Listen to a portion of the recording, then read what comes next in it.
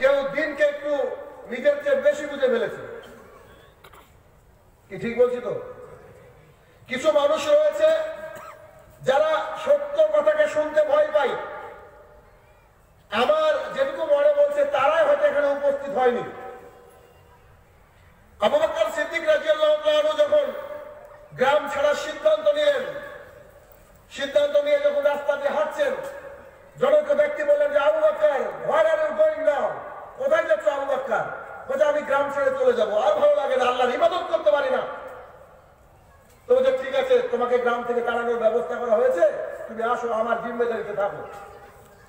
আবু বকর রাদিয়াল্লাহু তাআলা আনহুকে নিয়ে গেলেন এবং মক্কার যিনি প্রধান ছিলেন তাকে গিয়ে বললেন যে ইনি আমার জিম্মেদারিতে থাকবে, তো ইনি তোমাদেরকে আর ডিস্টার্ব করবে না।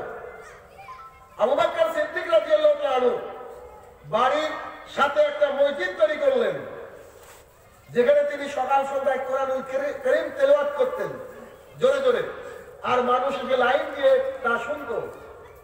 যখন এই ঘটনা ঘটলো তখন ওই মক্কার বিশেষ ব্যক্তি যারা যে মাথা ছিল মক্কার, তার কাছে গিয়ে বলছি যে আবার কি লাগালো, কেন কোরআন হাদিস, কেন কোরআনকে এভাবে পঠিত করা হচ্ছে আমাদের সামনে, কেন কোরআনকে রিসাইট করা হচ্ছে। যখন এইটা বলা হলো তখন আবু বকরকে নিয়ে আবার সমস্যা।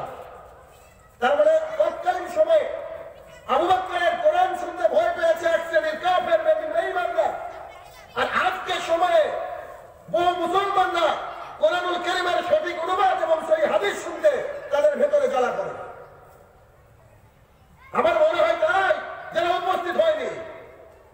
আমি তো সেই কথাই বলতে এসেছি, আমরা তো ওই কথাই বলতে এসেছি যে কথা কোরআন এবং হাদিসে রয়েছে।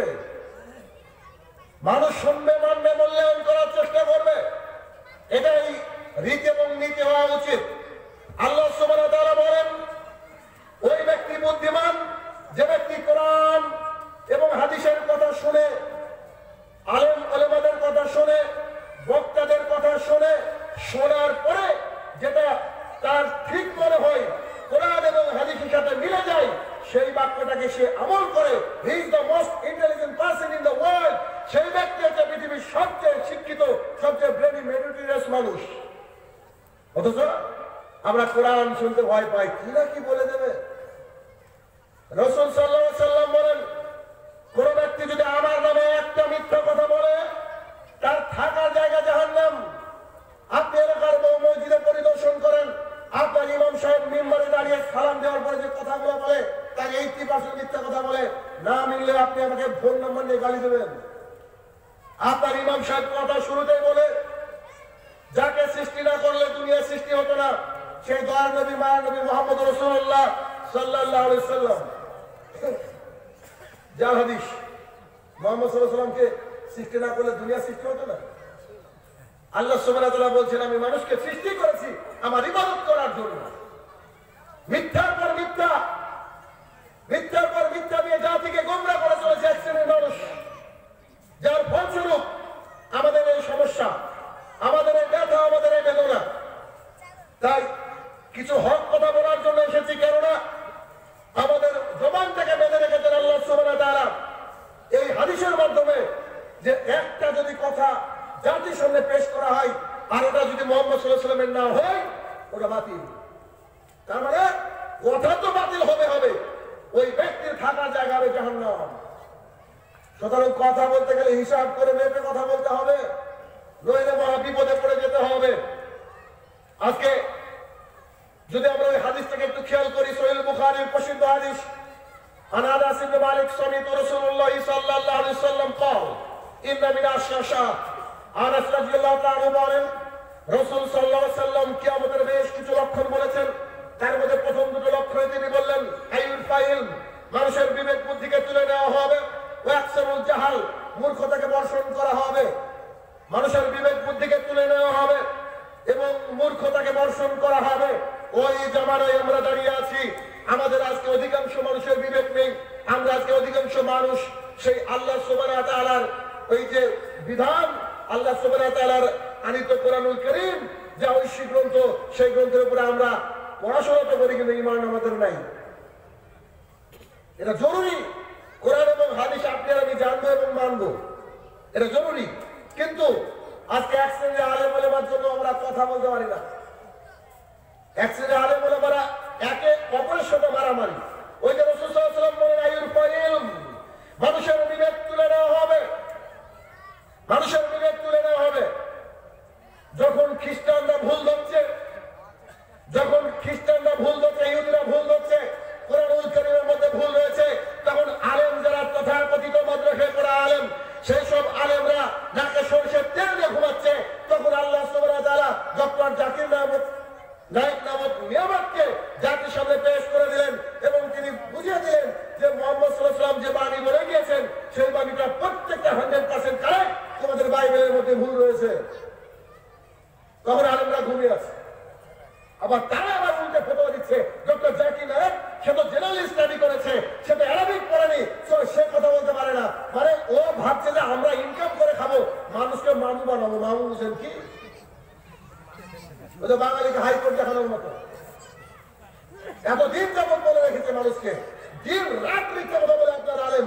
আমি আপনাকে পাই টু পাই একবার ধরিয়ে দিব, যদি না ধরে দিতে পারি তো আমি বললাম তো আমার নাম্বারটা নিয়ে আপনাকে গালি দিতে হবে, আর গালির জন্য আমি আপনাকে তাহাজ্জুদে ক্ষমা করে দেব ইনশাআল্লাহ।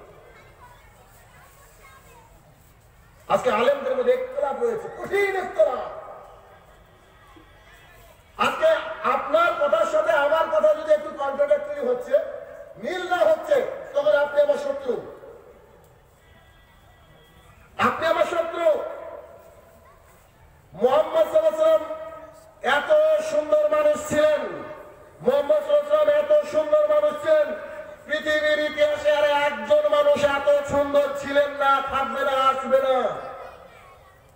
কাফের বেঈমান বেঈমানরা মুহাম্মদ সাল্লাল্লাহু আলাইহি ওয়াসাল্লামের কাছে আমানত রাখতে দিতেন। এলাকার সবচেয়ে প্রসিদ্ধ মানুষ মুহাম্মদ সাল্লাল্লাহু আলাইহি ওয়াসাল্লাম, রাসূল সাল্লাল্লাহু আলাইহি ওয়াসাল্লাম যেদিন বললেন, এই মক্কাবাসী তোমরা শোনো, আমি যদি এই পাহাড়ের পিছনে একদল সৈনিক লুকিয়ে আছে বলি, তোমরা কি মানতে পারো? মক্কাবাসী সবাই দাঁড়িয়ে আছে, কাবার মধ্যে বলছে ইয়েস, অবশ্যই মানবো। মানবো না মানে?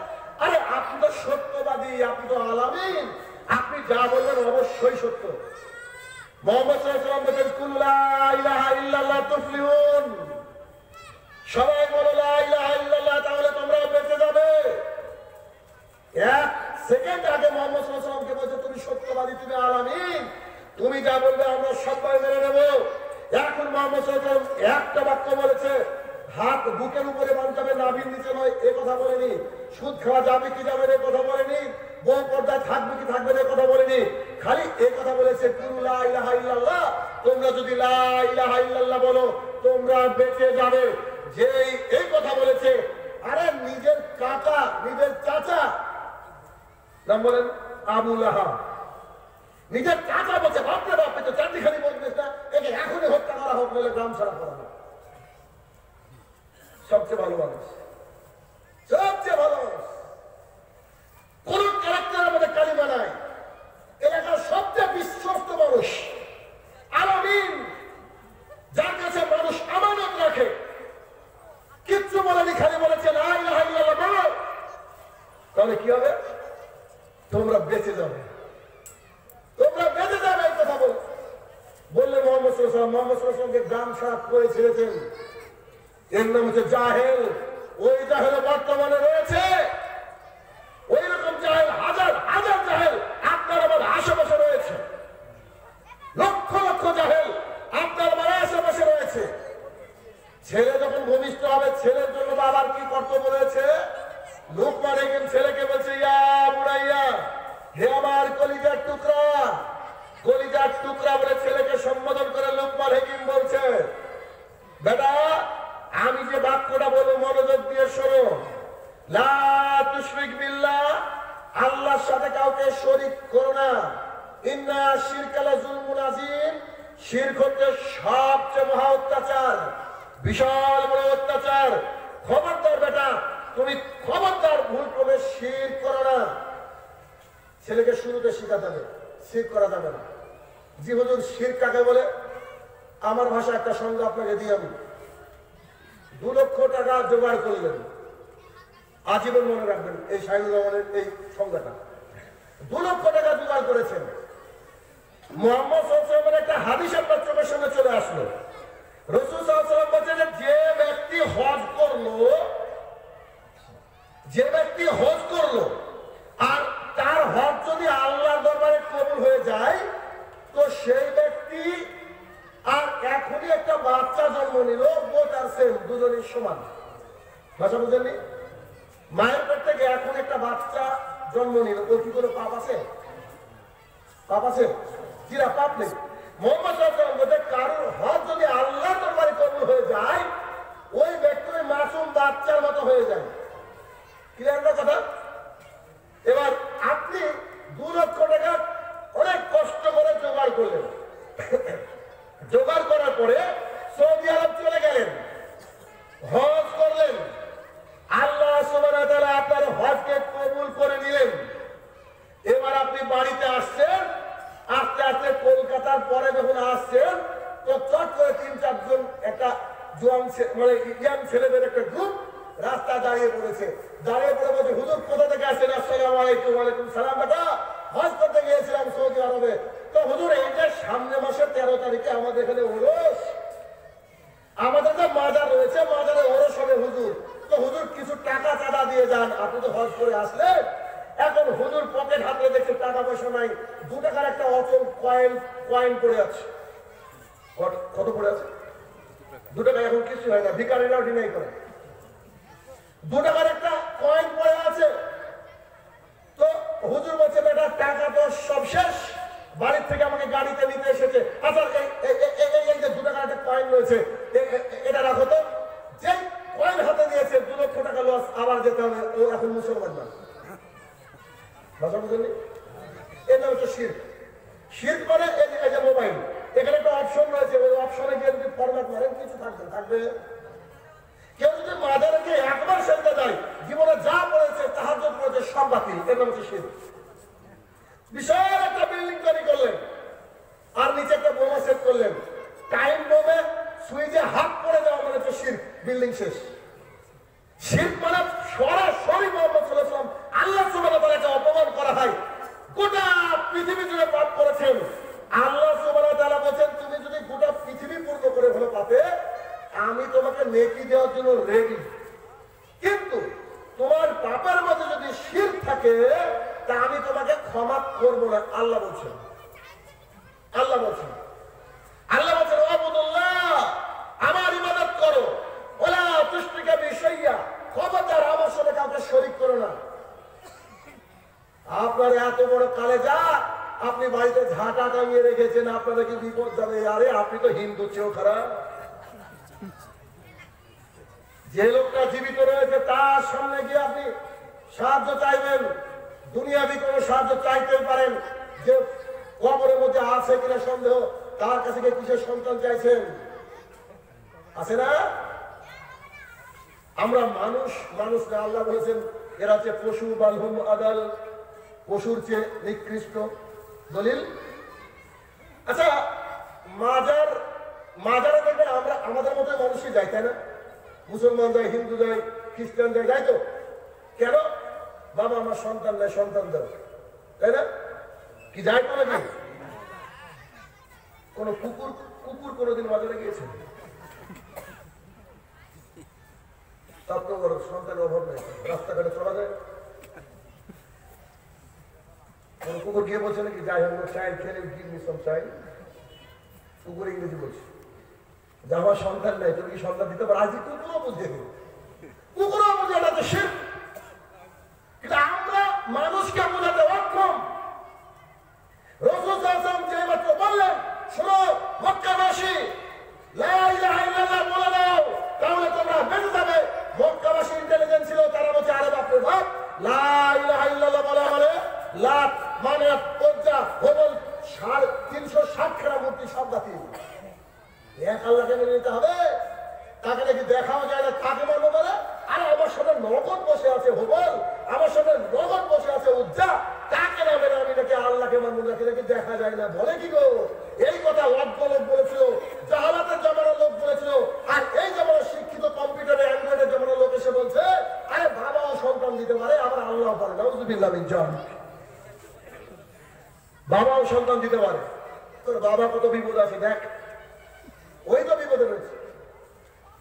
আদম আলাইহিস সালামকে সমস্ত নবী রাসূলরা গিয়ে বলছে যে আমরা যে বড় টেনশনে, সরি সমস্ত মানুষ গিয়ে বলছে যে আমরা যে বড় টেনশনে, আমাদের জন্য কিছু করেন না কিয়ামতের মাঠে। আদম বলছে আমি নিজেই টেনশনে, আর পীর বলছে আমি পার করবো। এটা আশ্চর্য কথা না? পীর বলছে আমি পার করবো। গাড়ির ড্রাইভারটা ভালো ছিল তাই বেঁচে গেলাম। নাউযুবিল্লাহ মিন যালিক। কে বাঁচিয়েছে আপনাকে? আল্লাহ সুবহানাহু ওয়া তাআলা। বাবার কাছে গিয়েছে অষ্টাধাতুর আংটি নেওয়ার জন্য। কি হবে? 1 কোটি টাকার মালিক ছিলাম, 7 কোটি টাকার মালিক হলো এই জন্য। বাবা ফুটপাতে বসে ভিক্ষা করে, বুঝে দিবে। বাবা নিজের ভাগ্য নিজে পরিবর্তন করতে পারে না, কিন্তু বাবার কাছে ভিড়ের অভাব নেই। এদের জাহালাত, এটা তো মূর্খতা, এটা তো অজ্ঞতা। আপনি যদি পিএইচডি করা লোক হন, তা আপনার 5 পয়সা মূল্য ইসলাম দেয় না আপনাকে। 5 পয়সা মূল্য আপনাকে দেয় না। আপনি নিজেকে মডার্ন ভাবছেন, আপনি আপনার বাড়িতে পুতুল সাজিয়ে রেখেছেন। আরে শোকেসে পুতুল ভর্তি, আশ্চর্য জগৎ। আপনি রাখেন কি করে মূর্তি? রাখেন কি করে? মক্কা বিজয়ের দিন মুহাম্মদ সাল্লাল্লাহু আলাইহি ওয়াসাল্লাম হাতে লাঠি নিয়ে ভাঙছেন, বলছেন কুল জাআল হক ওয়া জাকাল বাতিল ইন্নাল বাতিলা কানা যাহুকা। সত্য কাছে মিথ্যা বিলুপ্ত হয়ে গেছে, আর মিথ্যার জন্মই তার বিলুপ্ত হওয়ার জন্য। আর আজকে আপনি আপনার বাড়িতে শোকেসে পুতুল সাজিয়ে রেখেছেন, নিজেকে ভাবছেন যে আমরা শিক্ষিত মানুষ, এভাবে চলছে। আপনার বাপ মার ছবিকে টাঙিয়ে রেখেছেন কেন? ওটাকে কালকে ফেলে দিতে হবে। ভালোবাসেন এটা আলাদা ব্যাপার, কিন্তু ছবিকে সম্মান করা যাবে না। আপনার তাকদীর একমাত্র জানেন আল্লাহ সুবহানাহু ওয়া তাআলা। তার কাছে সবকিছু চাইতে হবে। আর যদি আমরা তার কাছে চাইতে ব্যর্থ হই, তাহলে আমাদের বিপদ, সামনে বিপদ। আর ওটা এমন একটা বিপদ যেখান থেকে ফিরে আসার কোনো রাস্তা নেই। তাহলে বাবার কাছে গিয়ে মানুষ সন্তান চাই। মাঝে মধ্যে ভাবি যে রাস্তায় লেখা আছে গাড়িতে দাদা বাবা, ওরা যে হকি স্টিক নিয়ে কাজগুলা ভেঙে ফেলি, দেখি মালিক আসলে কি দাদা বাবা আসে। এই যে আমফান ধরে মাদার উড়ে গেল, বাবা বিপদ দূর করে, লেকিন নিজের বিপদ দূর করতে পারে না। মানুষকে আর কি দিয়ে বোঝাবেন? আর কি দিয়ে বোঝাবেন? ওদের দুর্গার এদের দরগা, ওদের মূর্তি দাঁড়িয়ে এদের শুয়ে, ওদের গঙ্গা জলের এদের হচ্ছে জমজম, ওদের ভজনের এদের কাওয়ালি। তো যদি তাই হয় তাহলে ওরাও তো জান্নাতে যাবে, যাবে না? আপনি বলছেন লা ইলাহা ইল্লাল্লাহ ওয়া আন্না মুহাম্মাদুর রাসূলুল্লাহ, আমি সাক্ষ্য দিচ্ছি আল্লাহ ছাড়া কোনো সত্য মাবুদ নেই, মুহাম্মদ সাল্লাল্লাহু আলাইহি ওয়াসাল্লাম তার প্রেরিত বান্দা এবং রাসূল। আর তারা বলছে ইক্কাম মুহাম্মদ দিউতা নাস্তে নাস্তে নেই, কিন্তু ভগবান একজন, একজন, আর কোনো ভগবান নাই। তো দুজনেরই তো ভগবান এক, জান্নাতে কে যাবে? জি, এই যে পার্থক্য, এটাই হচ্ছে পার্থক্য। কোন মুসলমানের বাচ্চা মাজারে চুমু দিতে পারে না, মাজারে চাদর জড়াতে পারে না, মাজারকে সম্মান করতে পারে না।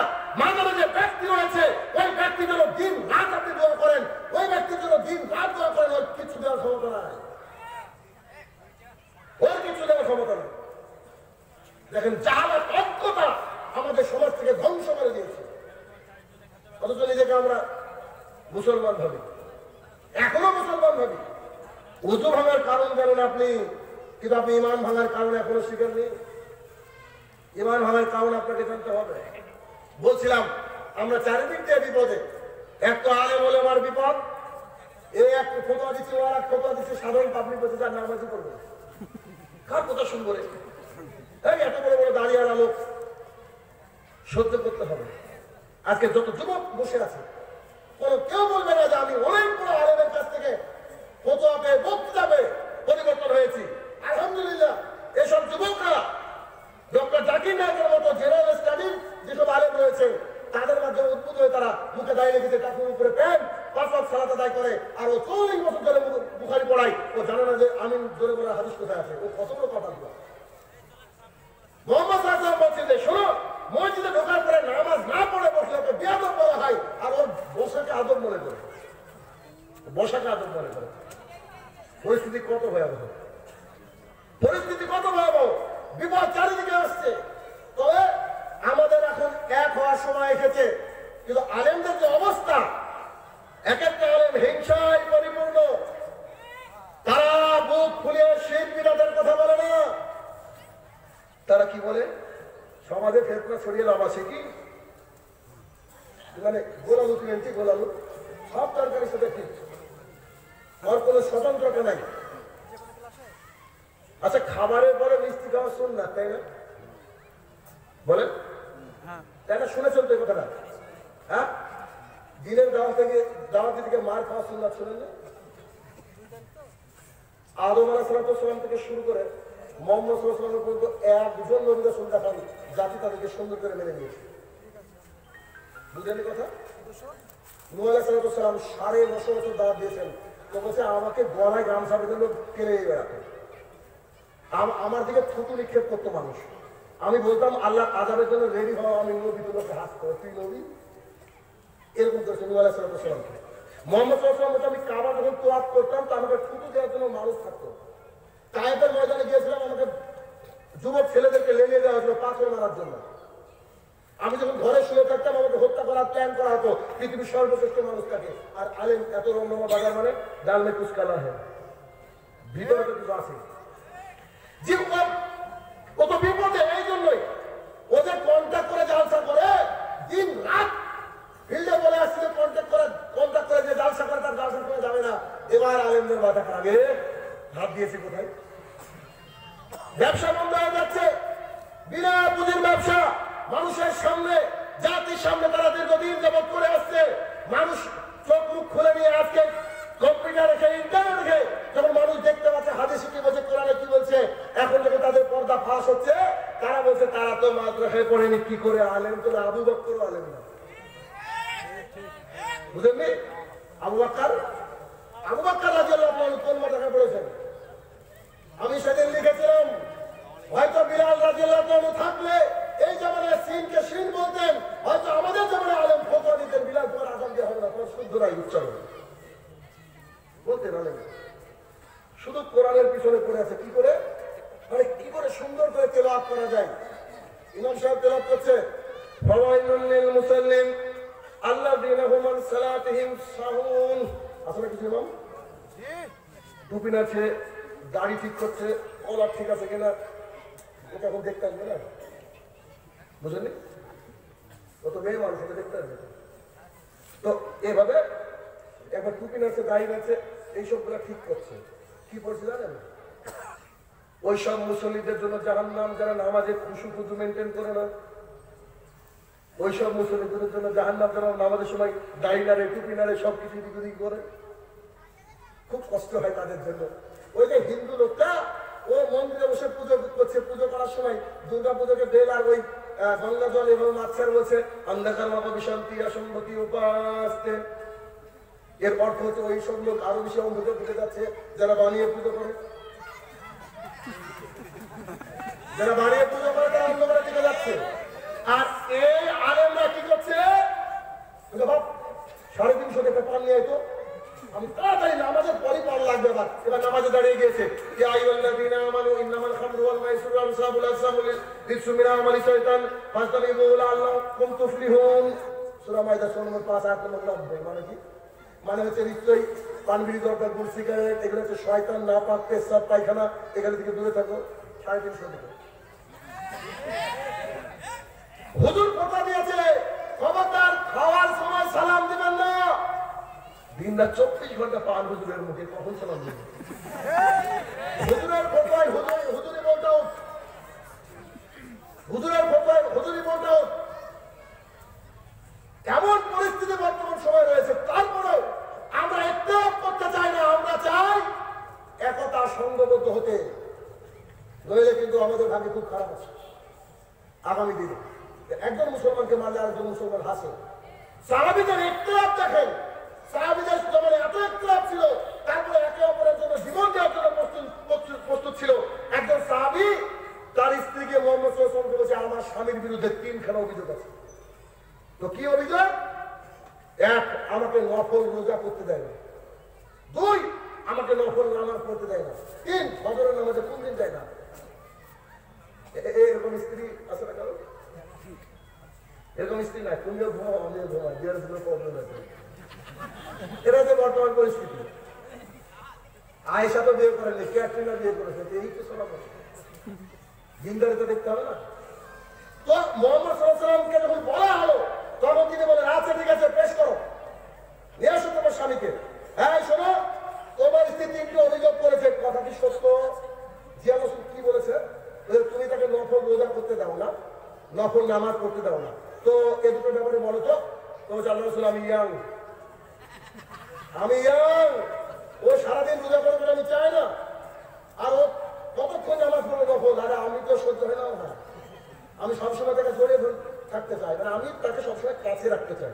তো এর বিষয়ে কোনো ব্যাপার আছে?